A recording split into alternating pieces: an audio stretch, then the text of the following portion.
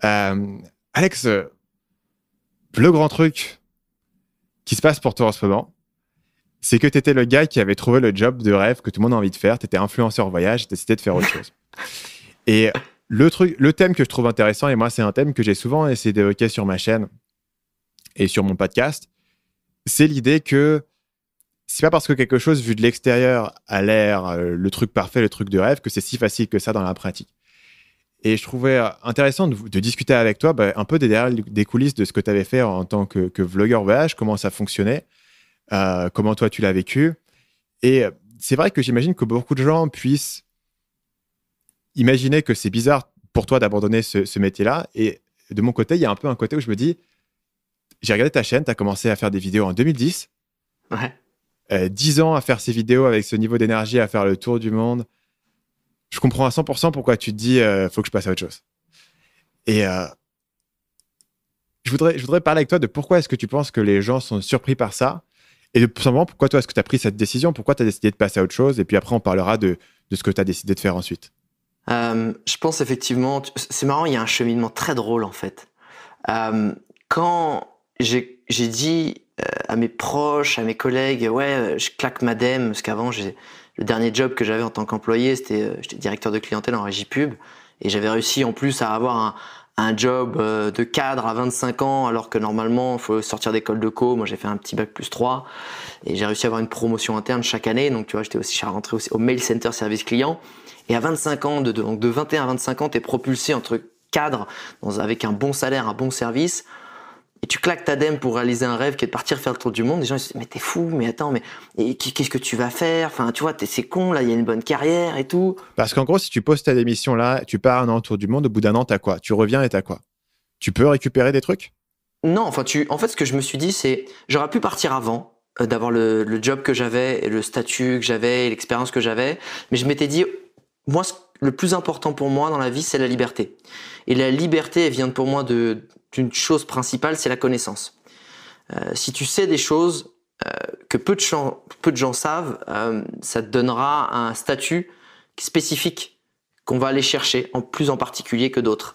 Et donc je me suis dit, je vais aller creuser ça. Je vais me faire cette expérience, je vais essayer de me créer ce petit statut. En plus, j'étais un homme de moins de 30 ans en France, qui n'avait pas d'enfant.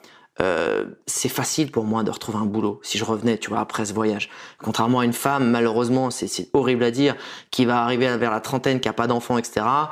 Ils vont peut-être plus l'embêter parce qu'elle va vouloir prendre après revenir, direct faire un enfant, etc. C'est horrible, mais c'est malheureusement ça. Donc en tant qu'homme, si tu prends pas ces risques-là, franchement, c'est que t'as pas compris en fait le système comment il marche et que t'as un bon CV, t'as des économies. Tu vas réaliser ton rêve, tu reviens et tu peux le valoriser si tu arrives à raconter une belle histoire. Pas beaucoup de risques. Mais les gens, ils le voient pas comme ça en fait. Ils voient que tu balayes d'un revers de main quelque chose que tu as construit pendant 5 ans. Et puis quand j'ai commencé à vivre tout ce que j'ai vécu, ils m'ont dit « Waouh, putain, t'as de la chance en fait, c'est trop génial ». Et j'aurais dit « Mais non, mais j'ai pas de chance. Tu te rappelles ce que je disais, tu peux le faire, claque ta dème, viens, fais le tour du monde pendant 1 an. Ouais, mais non, là, c'est compliqué, etc. » Je fais « Ok ». Et puis, quand j'ai commencé à dire que je voulais avoir ce métier qui n'était pas un métier, on ne parlait pas d'influenceur à l'époque en 2011, on parlait à peine de blogueur, c'était même pas un vrai métier. Ils m'ont dit ouais, mais tu vas faire quoi et tout, mais enfin, comment tu vas gagner ta vie? À ce moment-là, je savais pas non plus, tu vois. Et quand j'ai obtenu ce job, quand les contrats ont commencé à arriver, quand l'influence a commencé à décoller, les gens ils ont commencé à me dire ouais putain mais c'est génial, t'as le plus beau job du monde, mais t'as bien fait, etc. Et au moment pour revenir à ce moment-là, là où j'ai dit j'arrête, les gens me disent mais t'es fou, t'as le job dont tout le monde rêve. Qu'est-ce que tu fais? Enfin, tout le monde rêverait d'être à ta place, de caricaturer par le fait de dire t'es payé pour voyager.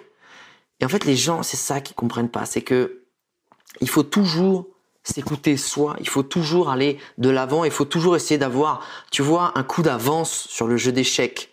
Il faut pas attendre de se dire putain ouais, en fait j'ai plein de pions, ça a l'air trop bien, sauf qu'en fait le mec pendant ce temps-là il a mis une stratégie en place et boum t'es échec et mat, tu vois. Moi j'attends jamais ça et surtout les gens ne projettent pas sur toi des choses qu'ils aimeraient, ils font que projeter des peurs. Et vu que les gens n'ont jamais étudié ta situation ou le potentiel de faire ça, ils se disent mais attends, juste là, t'as un métier de rêve, tu gagnes bien ta vie, tu kiffes. Ils vont jamais essayer d'analyser. Si moi j'étais dans cette situation, mais t'es fou, jamais je quitte ce job. Inversement, si moi j'avais un job de cadre, etc., jamais je le quitte pour aller voyager comme ça. Et en fait, les gens, c'est pour ça que les conseils en général, quand tu tentes quelque chose qui est un peu hors sentier battu, qui sort de la norme, il faut éviter les conseils des gens, surtout les négatifs, parce que c'est pas des vrais conseils. C'est juste des peurs projetées sur toi à un instant T qui sont leurs propres peurs s'ils étaient à ta place. Et pour répondre à ta deuxième question, qui est la vraie raison de pourquoi j'ai arrêté, c'est pour plusieurs choses. La première, c'est les valeurs dont moi je fais la promotion en permanence dans mes vidéos et sur mes chaînes et sur mes réseaux depuis maintenant presque 10 ans.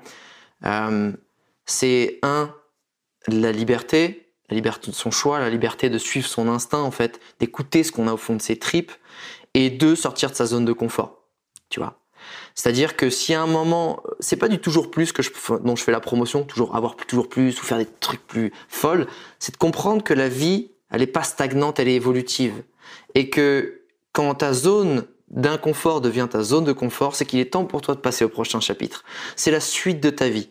Et que si tu t'arrêtes, eh ben c'est comme si tu mettais pause sur un film, tu dis « Ah, c'est bon, cette scène-là, je l'aime bien, c'est bon, je vais pas plus loin. » Mais tu as encore plein de choses à vivre. Et dans un film, il faut accepter qu'il y a des moments où, eh ben, au début, on va dresser le décor, puis après, il va y avoir un élément perturbateur, puis après, on va relever des challenges, puis après, il va nous arriver des grosses emmerdes. Sauf qu'à la fin, bah, tu arrives à remonter tout ça et trouver des solutions et devenir meilleur et t'y en tirer des leçons.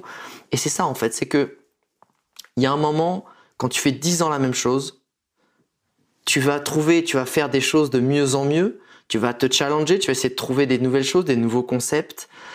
Mais il y a un moment, au bout de 10 ans, ma zone d'inconfort a été devenue ma zone de confort. Je savais le matin, même si j'étais à l'autre bout du monde au Costa Rica, qu'il fallait ramener une vidéo, je savais pas où est-ce qu'on allait aller exactement, ou à quoi ça ressemblait, quel genre de personnes j'allais rencontrer. Je savais comment ça allait se passer, comment j'allais réussir à créer du contenu, à raconter une histoire, à retranscrire ses émotions. Et finalement, j'étais dans ma routine. Même si c'était une routine assez extraordinaire et pleine d'imprévus, c'était dans ma routine. Donc je me dis, ok, si c'est une routine, il faut que je sorte de cette zone de confort.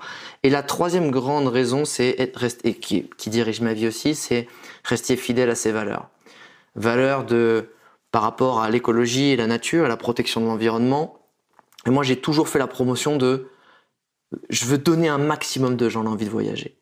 Parce que pour moi, voyager, ça t'ouvre l'esprit, ça te rend plus tolérant et ça te permet aussi de te rendre compte de la fragilité de la planète, de sa beauté. Et malheureusement, on prend vraiment soin des choses qu'on aime et dont on a un affect. Et le crédit que j'acceptais de pousser les gens à faire ce crédit sur la planète, d'aller à l'autre bout du monde, de générer un peu de la pollution carbone, économique, etc. Bah, force est de constater, quand tu lis un minimum les news, et Dieu sait que je les lis pas beaucoup, que ça a pris tellement un emballement que ce crédit était pour moi devenu trop élevé, j'arrivais pas à me dire que ce que je faisais... En fait, il y a un jour, je me suis dit, putain, mais en fait, ce que je pensais être bien et ce en quoi j'avais foi depuis des années, est-ce que j'ai pas fait une connerie, en fait? Est-ce que j'ai pas fait l'inverse? Est-ce que j'ai pas desservi la planète plutôt qu'essayer de former, entre guillemets, des soldats qui vont la protéger? Est-ce que j'ai pas créé des soldats, des miliciens qui vont la tuer en plus?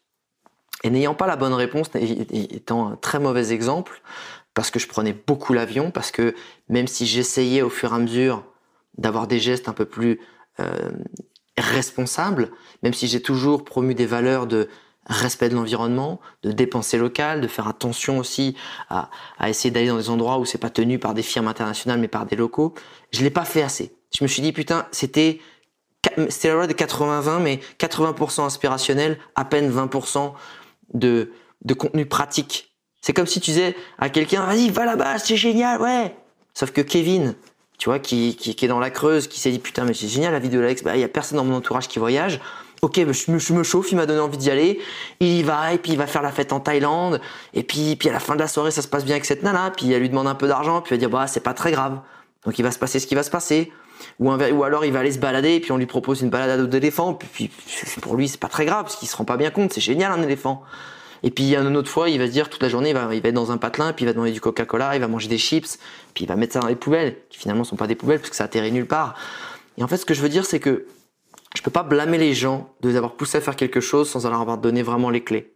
Alors, j'ai pas forcément la prétention de me dire que c'est moi qui aurais changé les habitudes des touristes français à moi tout seul, mais c'est de se dire, j'ai pas fait mon job à mon échelle, j'ai pas la vraie solution à court terme, Et j'ai l'humilité de comprendre que je suis pas un bon exemple. Donc j'ai préféré aussi me mettre en retrait par rapport à ça, en attendant de moi appliquer mes bonnes résolutions, de pouvoir avoir des vrais conseils intéressants, sans faire de la démago, dire « Oh bon, attendez les mecs, je viens de me rendre compte d'une chose, tout ce que je faisais c'était un peu de la merde, va falloir changer les choses. » Donc pour résumer, c'était je sentais que ma vie avait besoin d'un nouveau chapitre, et de 2, j'ai toujours voulu être mon meilleur exemple, et être l'exemple de mes valeurs, et qu'à un moment, si tu n'appliques pas ce côté raccord avec tes valeurs et sortir de ta zone de confort, ça allait pas par rapport à moi. Donc l'argent et le fame m'a jamais intéressé. Ce qui m'a toujours intéressé, c'est ça en fait. C'est de driver par une passion et mes valeurs. Et c'est ce que j'ai essayé d'appliquer en faisant ça, d'arrêter ce job de rêve. Et du coup, c'est un sujet dont tu vas continuer à parler. Tu as dit que tu n'avais pas forcément dit tout ce que tu voulais dire sur, disons, la manière de voyager que toi, tu voulais défendre. C'est un sujet dont tu vas continuer à parler, ou est-ce que tu as complètement fermé la porte sur tout le voyage et maintenant tu vas parler que de personal branding sur ta chaîne? Non, c'est pas un sujet que j'ai abandonné, mais je vais essayer de l'aborder avec beaucoup plus de recul et d'humilité. Je pense que tu peux pas commencer à faire la morale aux gens, ou en tout cas, je l'ai jamais abordé comme ça, mais c'est ce côté suggérer des choses à des gens que toi-même t'appliques très peu en fait. Tu vois, c'est avant, même si je commence à voir, parce que je me renseigne, évidemment, j'adore ça, le voyage, c'est ma passion, c'est dans mon ADN. Je me suis beaucoup renseigné sur les choses à faire, les choses à mettre en place. Et il y a des choses que j'ai encore beaucoup de mal, c'est prendre peu l'avion, par exemple. J'adore ça, j'adore aller me perdre, et j'essaie de le faire. C'est pour ça que tu vois, quand je suis parti à Bali en fin d'année, je suis pas parti 2 semaines, je suis parti 3 mois. Je dis, ok, là, je prends l'avion. Je sais que c'est pas forcément la meilleure chose à faire, mais j'y vais 3 mois.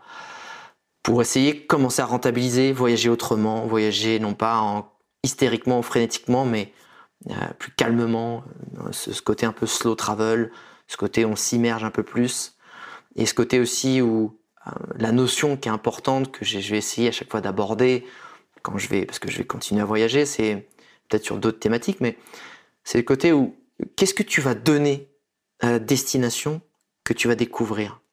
Aujourd'hui, le voyage, c'est je vais quelque part, je prends. Je prends du kiff, je prends des claques émotionnelles, je prends des rencontres, je me nourris de ça. Mais qu'est-ce que tu donnes en retour? À part de l'argent qui n'est pas toujours bien dépensé au bon endroit et auprès des bonnes personnes. Et je pense que le futur du voyage, c'est de se dire qu'est-ce que tu es prêt à consacrer comme temps, comme énergie, comme savoir pour cette population. C'est-à-dire que peut-être que sur 2 semaines, si tu vas 2 semaines à l'autre bout du monde, il y a peut-être 2 jours que tu vas consacrer parce que tu es informaticien, tu es prof d'anglais ou charpentier, à la transmission de ta connaissance dans une école. Donc tu auras pris le temps de te renseigner auprès d'une école, de prendre contact avec ces gens-là pour te dire, écoutez, moi, si ça vous dit, je fais un atelier.